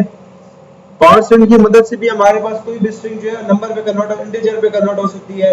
नंबर की मदद से भी आप कन्वर्ट कर सकते हो। एट द एंड हमारे पास कौन है, एडिशन का सिंबल यानी प्लस का सिंबल, उसकी मदद से भी हो सकता है। पहले स्टेप में हम लोगों ने यूजर से नंबर्स लिए, और नंबर्स लेने के बाद हमने क्या करा, उसको यानी उसके ऑब्टेन मार्क्स लेने के बाद हमने उसको नंबर पे कन्वर्ट किया। उसके बाद मैंने चेक किया, चेक करो यार क्या कोई मार्क्स 100 से बड़े या 0 से छोटा तो नहीं है। उसके बाद एट द एंड मैंने क्या किया, स्टेप नंबर 3 में यूजर के टोटल मार्क्स को मैंने सम किए, और सम करने के बाद परसेंटेज निकाली है। और स्टेप 4 में हमने क्या किया, उसके बेस पे रिजल्ट बना लिए। समझ आई है, कुछ समझ आई है, पक्की बात है। उसको हम रन करते हैं। सबसे पहले मैं इंग्लिश में इजाफा दूंगा 189, 98, 187। अच्छा मेरे पास ग्रेड ए आ गया, और उसने मुझे बता दिया पूरा। अच्छा ये परसेंटेज वगैरह मुझे नहीं हटानी थी, मुझे अपने मार्क्स और परसेंटेज भी शो करानी थी, उसकी मदद से मैं शो करा दूंगा। सही है, क्लियर है, यहाँ तक समझ में आ गई है। कंडीशंस का इस्तेमाल समझ आए, कंडीशंस कैसे काम करती है। तो ये कोड कभी भी कोई अकेला कोड नहीं होता, सारा कुछ हमारे पास एक दूसरे के साथ ही जुड़ गया होता है, अकेला हमारे पास कुछ नहीं होगा। तो यहाँ तक क्लियर है, पक्की बात है। ये पहला स्टेप समझ आ गई है, स्टेप 2, स्टेप 3 और स्टेप 4 समझ आए। कोई सवाल है तो पूछें, कोई सवाल है तो उसमें पूछें आप। कोई भी सवाल नहीं है, या तो कुछ समझ नहीं आया तो सब कुछ समझ आ गया। अगर समझ नहीं तो उस केस में पूछ ले, समझ आ गया, अगर सब कुछ समझ आया तो अपना पूछे तो मसला नहीं है। सारा क्या एक्सप्लेन कर दूं, और क्या करना है, एक्सप्लेन करना है। सारे कोड को आप स्टेप बाय स्टेप डिवाइड कर रहे हैं, ठीक है।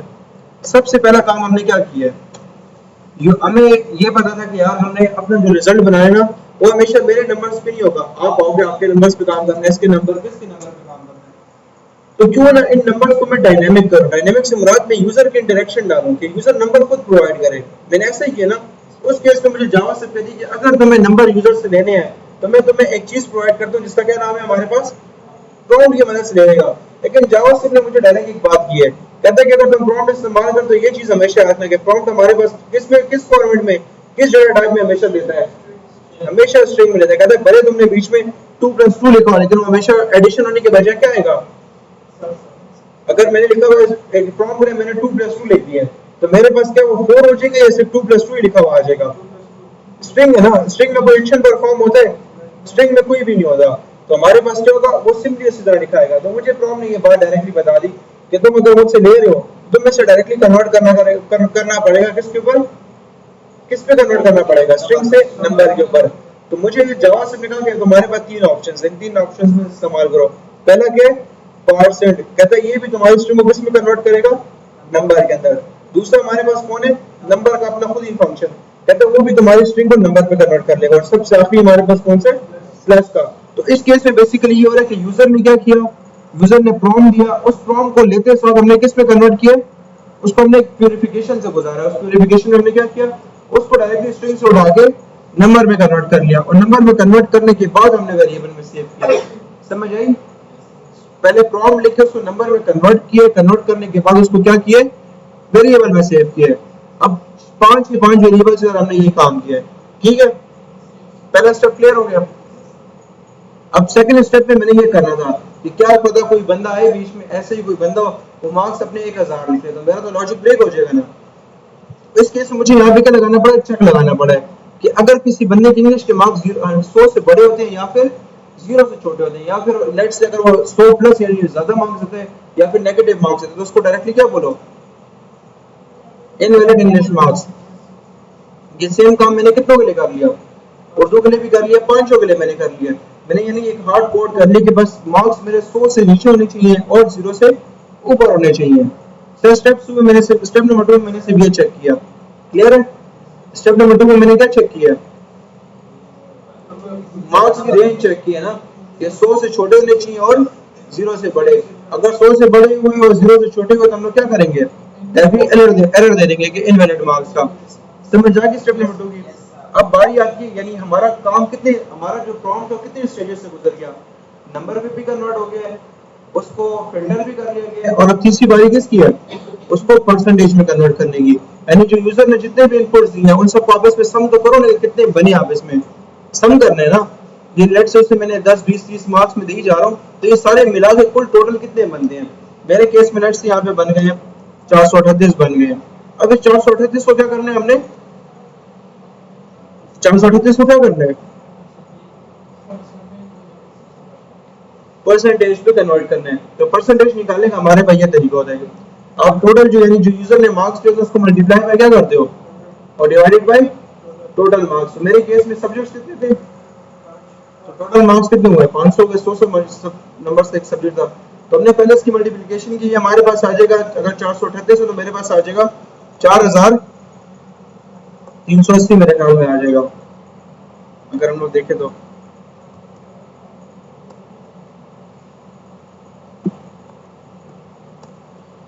43,800 आ जाएगा। उसको मैं डिवाइडेड बाय क्या कर दिया 500, तो मैं डिवाइडेड बाय, तो मेरे पास कितनी परसेंटेज बन गई है 86 पॉइंट ये।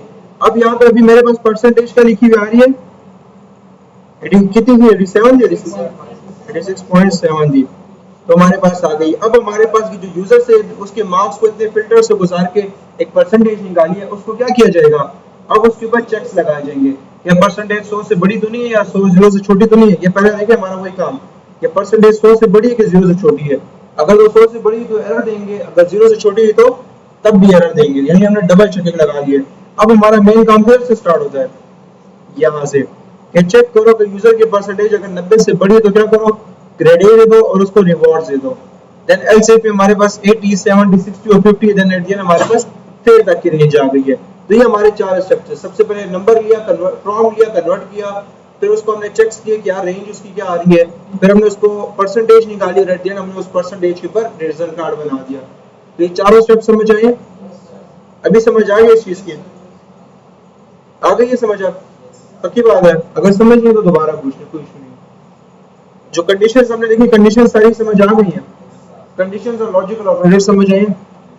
बस कल का टॉपिक हम लोग अपने लूप्स देखेंगे, जावा में लूप्स क्या होते हैं। तो आप लोग कोशिश कीजिएगा कि उसके बाद थोड़ी बहुत नजर मार के आ जाए। मैं आपको हिंट के लिए देता हूँ कि अगर आपको कोई काम बार बार करवाना हो तो उस केस में आप लूप इस्तेमाल करेंगे। यानी अगर आपको लेट्स से 100 दफा हेलो वर्ल्ड प्रिंट कराना है या अपना नाम प्रिंट कराना है, तो आप 100 दफा कंसोल तो नहीं लिखेंगे ना, उसकी जगह हम लोग लूप चला देंगे। लूप हमारे पास बेसिकली क्या करते हैं, आपकी कमांड सुन के आपने जो रेंज बताई है कि लेट्स से 100 दफा काम करो, तो 100 दफा आपको काम कर देगा। सर हमने लूप्स देखने डिफरेंट टाइप्स के, और एक चीज और देखेंगे, तो कोशिश करिए कि लूप्स देखकर आए। ये कोड भी मैं शेयर कर दूंगा और ये वीडियो मेरे ख्याल में बन रही है, मैं ये भी अपलोड कर दूंगा। कल की जो स्क्रीन रिकॉर्डिंग की, कल हमने क्या पढ़ा था अपनी क्लास में, ऑपरेटर्स और अर्थमेटिक ऑपरेटर्स से चीजें लिखी थी, वो असल में हमारे पास रिकॉर्ड नहीं हो पाया, रिकॉर्ड हुआ था लेकिन वो करप्ट हो गया था। तो जो दूसरी क्लास में मैंने आज वो टॉपिक पढ़ाया तो मैं वहां से भी रिकॉर्डिंग करके दोनों लेक्चर्स आज आपको मिल जाएंगे, कल उन्हें भी और आज उन्हें भी, ठीक है। उसी यूट्यूब पे मैं अपलोड कर दूंगा तो वहां से देख लीजिएगा। जो चीजें पढ़ी है सारी समझ आ गई हैं, कोई सवाल या कोई कंफ्यूजन तो नहीं है ना, सब क्लियर है।